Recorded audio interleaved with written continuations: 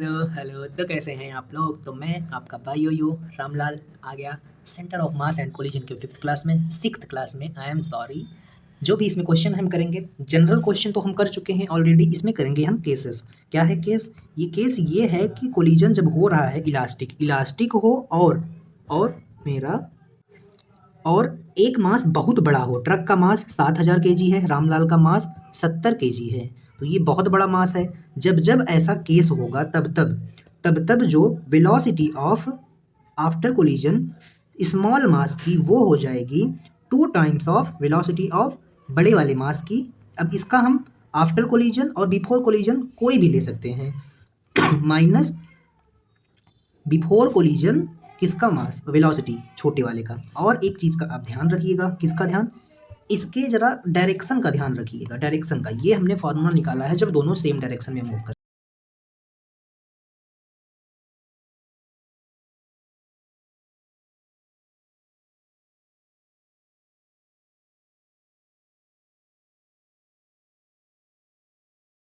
Screen hang हो गया था जिसकी वजह से रिकॉर्डिंग बंद हो गई थी। तो हम थे क्या, वेलोसिटी ऑफ किसका, स्मॉल वाले का आफ्टर कोलिजन हो जाता है इस केस में वेलोसिटी ऑफ। देख रहे हो कितने डिस्टर्बेंस करने वाले लोग हैं बाहर। वेलोसिटी ऑफ बड़े वाले की 2 टाइम्स माइनस कर देंगे क्या, छोटे वाले की वेलोसिटी बिफोर कोलिजन से। और ये बिफोर कोलिजन भी ले सकते हैं, आफ्टर कोलिजन भी ले सकते हैं, कोई दिक्कत नहीं, ट्रक वाली वेलोसिटी।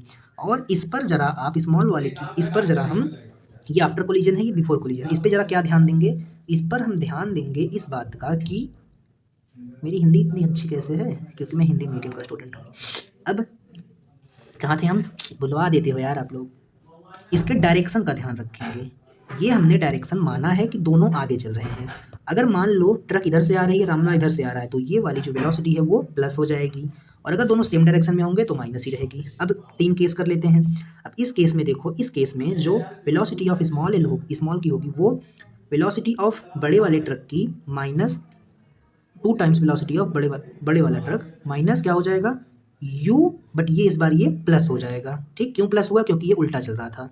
अब अगर दोनों आगे चल रहे हैं, अगर ये भी आगे चल रहा है और ये भी आगे चल रहा है, तब टक्कर मारने के बाद वेलोसिटी कितनी हो जाएगी? तब टक्कर मारने के बाद इसकी वेलोसिटी u1, इसकी वेलोसिटी u1, ये यही वाली चीज़ सर ने यहाँ पर लिखी है। अब दूसरा केस, पहला केस ऊपर था, दूसरा केस ये हो गया, तीसरा केस ये वाला है कि रामलाल पीछे से आए। तो भाई चाहे आगे से आए चाहे पीछे से आए, इसकी डायरेक्शन सेम, इसकी डायरेक्शन सेम है, तो सिंपली हम पहला वाला ही फार्मूला यहाँ पर लगाएंगे। अब सवाल करते हैं। अब सवाल क्या करेंगे? सवाल ये है कि एक बॉल है, वो स्ट्राइक कर रही है floor of lift of height 10 metre. तो ये 10 मीटर की लिफ्ट है, तो इसका मास कुछ बहुत ज़्यादा ही होगा आदमी के कंपेयर में। हाँ, तो इफ़ लिफ्ट मूविंग अपवर्ड, अगर लिफ्ट जो है वो ऊपर जा रही है 1 मीटर पर सेकंड से, तो वेलोसिटी विथ विच बॉल, आदमी नहीं, ball will rebound after elastic collision. तो सिंपली हम यहाँ पर लिख देंगे velocity of ball is equal to velocity 2 times of lift minus. अब ये देखना पड़ेगा कि रीबाउंड करेगा, रीबाउंड के बाद देखो, रीबाउंड मतलब जब ये बॉल इस पर टकराने के बाद वापस ऊपर जा रहा है, बॉल भी ऊपर ये भी ऊपर, तो क्या सेम डायरेक्शन हो गई? तो इसीलिए यहाँ पर हम वेलोसिटी ऑफ बॉल माइनस कर देंगे, जिससे हमने फेंका था। माइनस करेंगे कि प्लस करेंगे? मेरे ख्याल से जब इसको फेंका था तो ये इधर था और ये ऊपर ही जा रहा है, अपोजिट डायरेक्शन है, तो इनिशियल वेलोसिटी बॉल की इसमें प्लस कर देंगे तो हमको आफ्टर कोलिजन की वेलोसिटी पता चल जाएगी। 2 × 1 प्लस कितना है भाई, कितना है 10 है, प्लस 10 है, तो मेरी वेलोसिटी 12 आ जाएगी। दिक्कत यहाँ पर होगी आपको, बॉल को हम नीचे ड्रॉप किए, ऊपर लिफ्ट जा रहा है, दोनों अपोजिट है तो प्लस हो गया। बाइक वाला केस याद कर लो, एक बाइक इधर से जा रही है, एक बाइक इधर से, दोनों अगर अपोजिट में आते हैं तो वेलोसिटी ऐड हो जाती है। अगर अलग अलग मास हुआ तो ये सब्ट्रैक्ट हो जाती है, अगर हम नदी में कूद जाते हैं तो। अब देखो, इलास्टिक कोलिजन दो ऑब्जेक्ट के बीच में जिसका मास सेम है। ये क्वेश्चन मैंने गलती से, ये वाला क्वेश्चन मैंने करा दिया था, हालांकि मैंने वहाँ पर आंसर सब सही निकाला था, तब मुझे आइडिया नहीं था इसका। आंसर सब प्रॉपर था, कोई दिक्कत नहीं थी, बट इस चीज़ को एक्सप्लेन नहीं कर रहा था। जिस चीज़ को मैं बताना चाह रहा हूँ डायरेक्ट आप आंसर देख के बता देंगे। अगर एक मास m है, ये भी मास m है, ये u से जा रहा है, ये भी u से जा रहा है, तो जब कोलिजन के बाद ये जो u होगा वो बराबर हो जाएगा u2 के, और जो v2 होगा ये बराबर हो जाएगा u1 के। कैसे कर लेते हैं?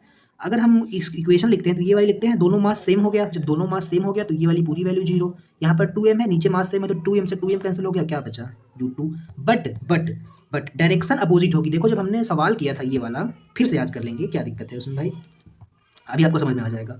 लेकिन डायरेक्शन जो है वो उल्टा हो जाएगी u1 की। और अब आगे करेंगे क्या, यहाँ पर m1 माइनस m2 जीरो हो जाएगा, तो बचेगा ये 2m, और ये u2 है जो u1 के बराबर आ जाएगा, और v1 जो u2 के बराबर आ जाएगा। They will exactly interchange there velocity, interchange कर लेंगे सेम मास के अगर हुए, बट अपोजिट इन साइन के साथ।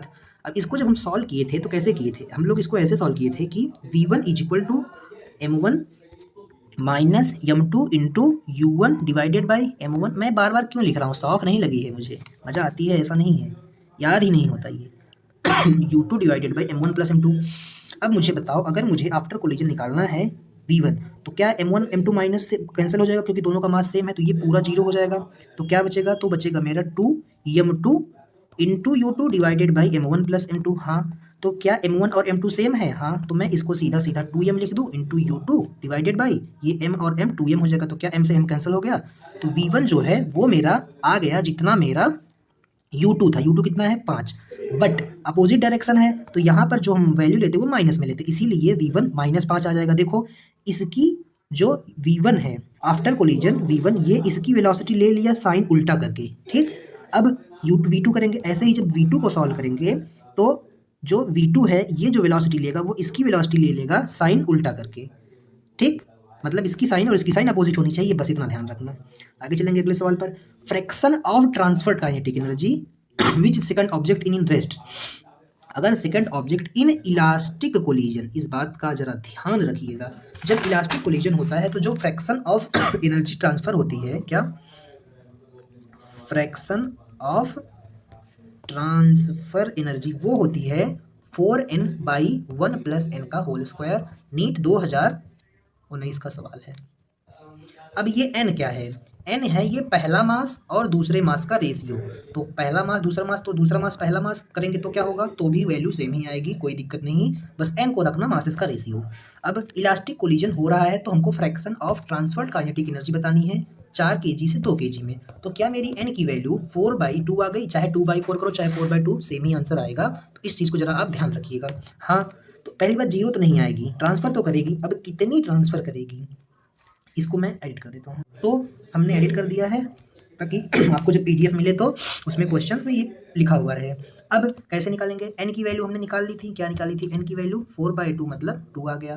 अब fraction of transfer kinetic energy जो होती है वो होती है 4n/1 + n। कैसे याद करेंगे, MR रट्टा बायो की शक्ति लगाओ, याद करो, 4 × 2 1 + 2 का होल स्क्वायर, 4 दूनी 8, 2 1 3 और 3 का स्क्वायर हो जाएगा, तो 8/9 हो जाएगा fraction of transferred kinetic energy. तो मुझे बताओ इतना ट्रांसफर कर दिया इसने, तो इसके पास बचा कितना, तो बचा मतलब fraction of retain kinetic energy, fraction retain मतलब कितना इसके पास बचा, वो होगा मेरा 1 - n डिवाइडेड बाई 1 + a का होल स्क्वायर। ए का नहीं भाई, ये n है, n का होल स्क्वायर। तो यहाँ पर जो n है वो रेशियो है मासेस का। अब आगे चलेंगे। अब देखो एक प्रोटॉन है, प्रोटॉन का मास क्या होगा, simply a, you collide with nucleus of mass number, इसके मास नंबर से कोलाइड हुआ at rest, then find the fraction of retain kinetic energy in elastic collision. तो सिंपली ये हो जाएगा 1 - n और 1 + n का होल स्क्वायर, रिटेन होती है हमको पता है। तो यहाँ पर जो मास है वो कितना है, a टाइम्स, तो 1 + a और 1 - a का होल स्क्वायर आ जाएगा। आगे चलेंगे अगले क्वेश्चन पर। अगला क्वेश्चन क्या है, अगला क्वेश्चन ही मेरा लास्ट है, ठीक। करते हैं इसको। एक प्रोटॉन है वो मूव कर रहा है वेलोसिटी u से, अच्छा ये नहीं, ये वाला मेटल बॉल है 2 kg का, 2 kg का मेटल बॉल है, मान लेते हैं ये 2 kg का है, 36 की स्पीड से जा रहा है, ये 36 किमी है भाई, ध्यान देना, 5/18, 18 दूना 36, 2 × 10 मीटर/सेकंड से जा रहा है। Head on collision with stationary ball, ये 3 kg का बॉल था और ये रेस्ट में था, both ball move together, then loss in kinetic energy due to collision. तो ये क्या इन इलास्टिक कोलिजन हो गया जब दोनों मूव टुगेदर हो गए, और इसमें जो काइनेटिक एनर्जी का लॉस होता है वो होता है m1 m2 divided by m1 + m2 into you relative का स्क्वायर। अब मुझे एक बात बता दो, बस कौन सी बात बतानी है आपको, क्या यहाँ पर हाफ इंटू मास कितना है 2 × 3 डिवाइडेड बाई 2 + 3 5, ये 0 है, ये 10 है, तो रिलेटिव वेलोसिटी कितनी हो जाएगी, 10 का स्क्वायर सिर्फ। और जब इसको सॉल्व करेंगे तो 1/2 से 1/2 कैंसिल, और यहाँ पर क्या बच जाएगा, यहाँ पर बच जाएगा 3 × 100 डिवाइडेड बाई 5, मतलब 5 से होगा तो 25 हो गया, एक सेकेंड यार, 25 कहीं पे गलती हो, अरे यार मैं सोचने लगा था कि कुछ और वैल्यू आएगी। 5 दूनी 10, 5 19 19 और 20 तिहाई 60, तो ये मेरा 60 वाला आ जाएगा। मिलते हैं अगली क्लास में, तब तक के लिए ओके बाय।